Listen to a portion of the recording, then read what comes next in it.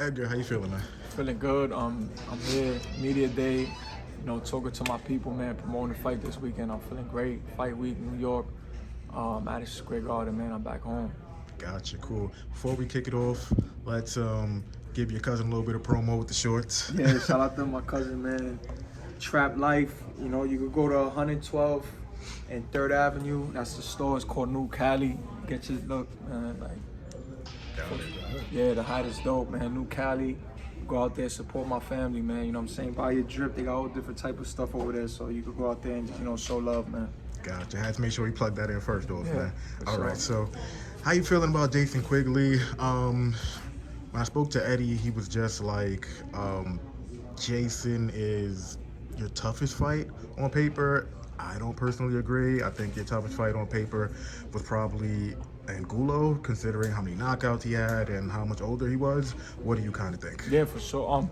I mean, yeah, you're right. You know what? I'm not even gonna give Jason Quigley that type of credit. You know what I'm saying? Like, you're right.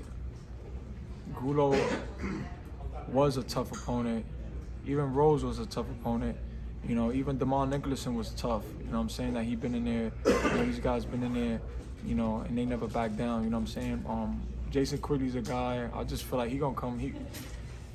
He acting like the way he's promoting it right now. Like, he's acting like he's cool. He's laughing. Everything's a joke. You know what I'm saying? But like I said, man, once you get in there with me and the way I've been training, the way I've been in camp for 6 months.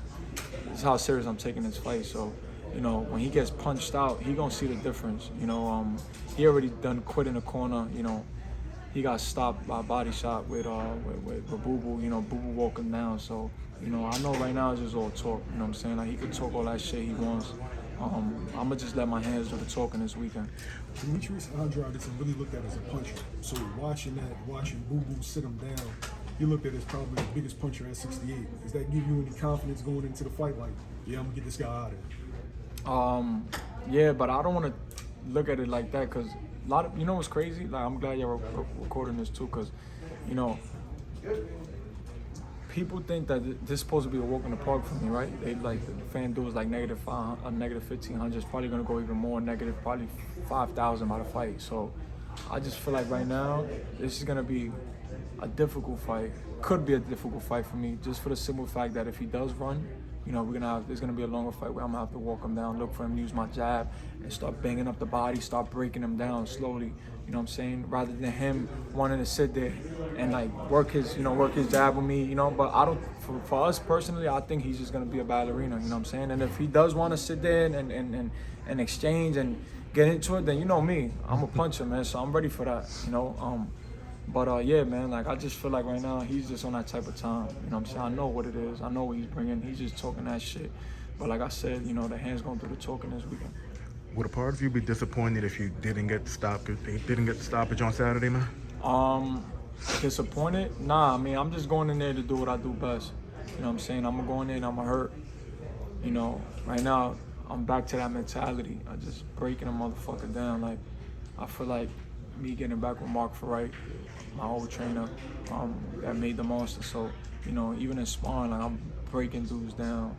I'm hitting wall bags, fucking breaking up the wall bags. Like, there's aggression that's inside of me that I'm bringing this weekend. You know what I'm saying? Smart aggression, passive aggressive, using my jab, being quick with my feet, cutting the ring, or good head movement, a lot of good fakes. So it's just a lot that's gonna implement that night. I feel like if I do what I do, follow the game plan. Like I said before, man, Jason Quigley's not on my level. Where I want to go, he's like below. He's like down here. You get what I'm saying? Like, I'm aiming at the Canelos, the Benavidez's, the Munguias, the Charlos. These guys, you know what I'm saying? Like, these are the dudes that I want to fight. So with this dude, he's just in the way. You know what I'm saying? Like, I gotta just get him out of there. Like, pack him up. You know what I'm saying? Zip him up. Put him in a. You know what I'm saying? Put him in a spliff, man, and send him back to Ireland. You are obviously your name has been buzzing for a while now, and spoke to your dad. He was just like, he wants to see you keep on progressing. But when you look at it, spoke to Eddie Hearn also, and he's just like, the goal essentially is, take care quickly, move on to fight somebody else. he was saying guys like Triple G, he was saying John Ryder, you know, like really top level guys, man. What do you think about a possible fight between you and Triple G, man? Yeah, that'll be crazy. That's something I want, man. I swear to God, I want that fight. Like, it's already that time, man. Like, you got my brother, you got Teofimo making history, bro. Fucking being Josh Taylor, 135 or when he fought at 135. He fought Last year was at 40. 135 was with Lomachenko. Yeah. Beat Lomachenko. You know what I'm saying? You got. These are guys that I grew up with, that we came in the amateurs, like we was in tournaments together, you know what I'm saying? Yeah. Brian Garcia, another dude that was in the amateurs with Tank, that fought, that just did crazy numbers pay-per-view. Shakur, you know, Devin Haney, like, bro, these are dudes that I grew up with, that we was together in amateurs, you know what I'm saying, in national tournaments, flying out to different nationals and breaking dudes up. So seeing them is like, damn, I'm coming back from this year layoff and seeing everything happen in that year is like, holy shit, like, nah, I gotta get on my shit, man, and that's what really motivated me to get back with my coach, you know, and to really just change my life and, you know, move out of New York because I don't live here no more. You know, I actually resided in Puerto Rico now. You know, I'm doing my training camp in Tampa, so a lot of things is different, man. Like, I'm not living out here no more. It's just different. I wanna fight the best, you know, and it starts with this weekend. You know what I'm saying? I gotta eliminate this dude, put him in a spliff, pack him up. And then I want to talk about John Ryder. I want to talk about Triple G. I want to talk about these guys, man. These are the type of fights that I need to become, you know, to become a legend, to create legacy, man. You think Triple G is a good prerequisite? If you get past Quigley, of course, we ain't gonna disrespect him. But if you get past Quigley, fighting Triple G, is that a good prerequisite before like May, September, Canelo 2024? Yeah. Oh, of course, man. Right now, like, I'm in the best state of my mind right now. Like, you know, I feel like I fight with like Triple G, one of these guys, I'll beat them right in line for whoever. You know what I'm saying? I know I need to get my feet wet this weekend, you know, handle business, shake off the rust, look like a star, you know what I'm saying?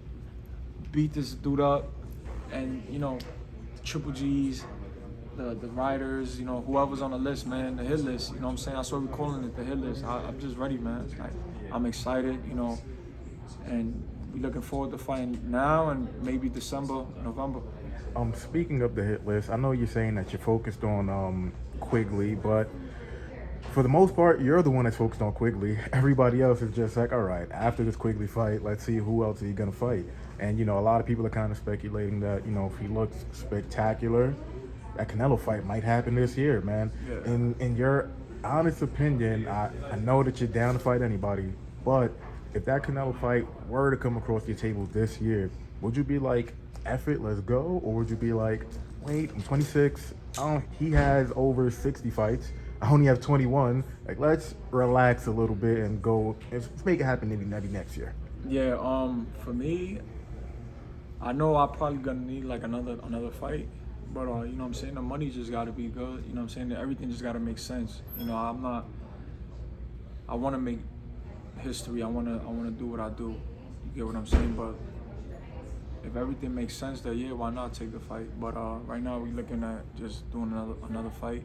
You know, maybe like a John Ryder, like one of those type of guys, to again get my feet wet, win that fight, and then we get it on. You know, I know everybody's anxious and talking about it because, you know, my name is like buzzing crazy. I'm Puerto Rican, he's Mexican. They're like, yo, this is the fight that can happen. You know what I'm saying? It'll do crazy numbers for boxing, just for the simple fact that I'm from New York, I'm Puerto Rican. He got the Mexican crowd with him. I got my Puerto Rican crowd. You know how that go with boxing, bro. Yeah. And right now, Puerto Rico's behind me 100%. So. Did you think Munguia won that fight against Derevchenko? I thought Derevchenko won, and that's Derevchenko. That's one of my sparring partners. He was one of my sparring. Like, that was my stablemate at one point. Yeah. And I was excited, bro. I was like, damn, my dog did it, man. Like. And they always, for some reason, he's always getting cut short by the boxing, bro. Like when he fought Triple G, you know what I'm saying? I hoped him for that fight. Yeah. For Triple G, sparring with him, you know, we had over probably 60 rounds of sparring with him, and you know, Derevchenko, man, I feel like he pulled it off. It was just 11 and 12, man. If he would have never got dropped. And if he would have just fought like how he fought the 8th, 7th round and just stayed there boxing, they would have gave him the fight because that fight was super close. Gotcha. And just my last question, would love to know, how much of a chance would you give Charlo in a fight against Canelo. That's rumored to possibly be next. Charlo haven't fought in 2 years. He's still a great fighter, but that ring rust, how much of a chance would you give him to actually pull off that win now? There's a possibility he could beat him. You know what I'm saying? I don't think Charlo's a bum. I think Charlo he's more of a seasoned fighter than John Ryder for sure. You know, I think for me, I know his weight. I know he walks around heavy. You know what I'm saying? So depending on his weight too, you know, that could be a major factor. Like if he got to lose 50 pounds in 2 months, that's crazy. You know what I'm saying?